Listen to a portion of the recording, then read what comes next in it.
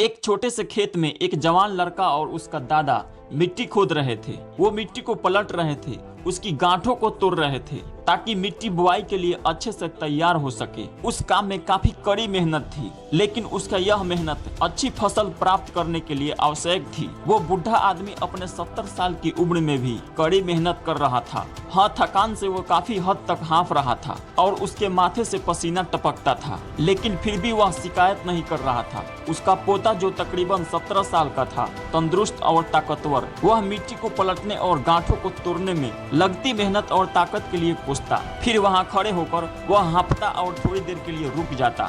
थोड़ा आराम करने के बाद एक बार फिर से काम शुरू करने से पहले शिकायत करता। थोड़ी देर बाद युवा पोता देखता है कि उसके दादाजी ने जितना काम कर जमीन को तैयार किया, वो खुद नहीं तैयार की, जमीन से बहुत ज्यादा। पोता अपने दादा से पूछता है, दादाजी, जब आप इतने बूढ़े हो फिर भी आपने मुझसे इतना अधिक काम कैसे कर दिया? दादाजी ने उसे जवाब दिया कि उसकी उससे उम्मीद नहीं थी। जब हम किसी काम को मुश्किल मानते हैं और उसके बारे में ज्यादा सोचते हैं तो सच में मुश्किल हो जाता है, और बिना सोचे जब हम उसे करते हैं और करते ही रहते हैं तो वो आसान हो जाता है। पोता थोड़ा अचंभित हो जाता है और दादाजी अपनी बात जारी रखते हैं, जब हम अपना समय यह सोचने में बिताते हैं कोई काम कितना कठिन है और अभी कितना सारा बाकी है, तब हमारा मन बहाना बनाने लगता है। इन सब चीजों के बारे में सोचना, अपने स्वयं के विचार को भवंडर में फंसाना ही उस काम को हमारे लिए बहुत ज्यादा कठिन बना देता है। इसलिए समझदारी इसी में है कि बिना कुछ सोचे, बिना समय गंवाए वास्तविक रूप से पहली बार में शारीरिक काम किया जाए।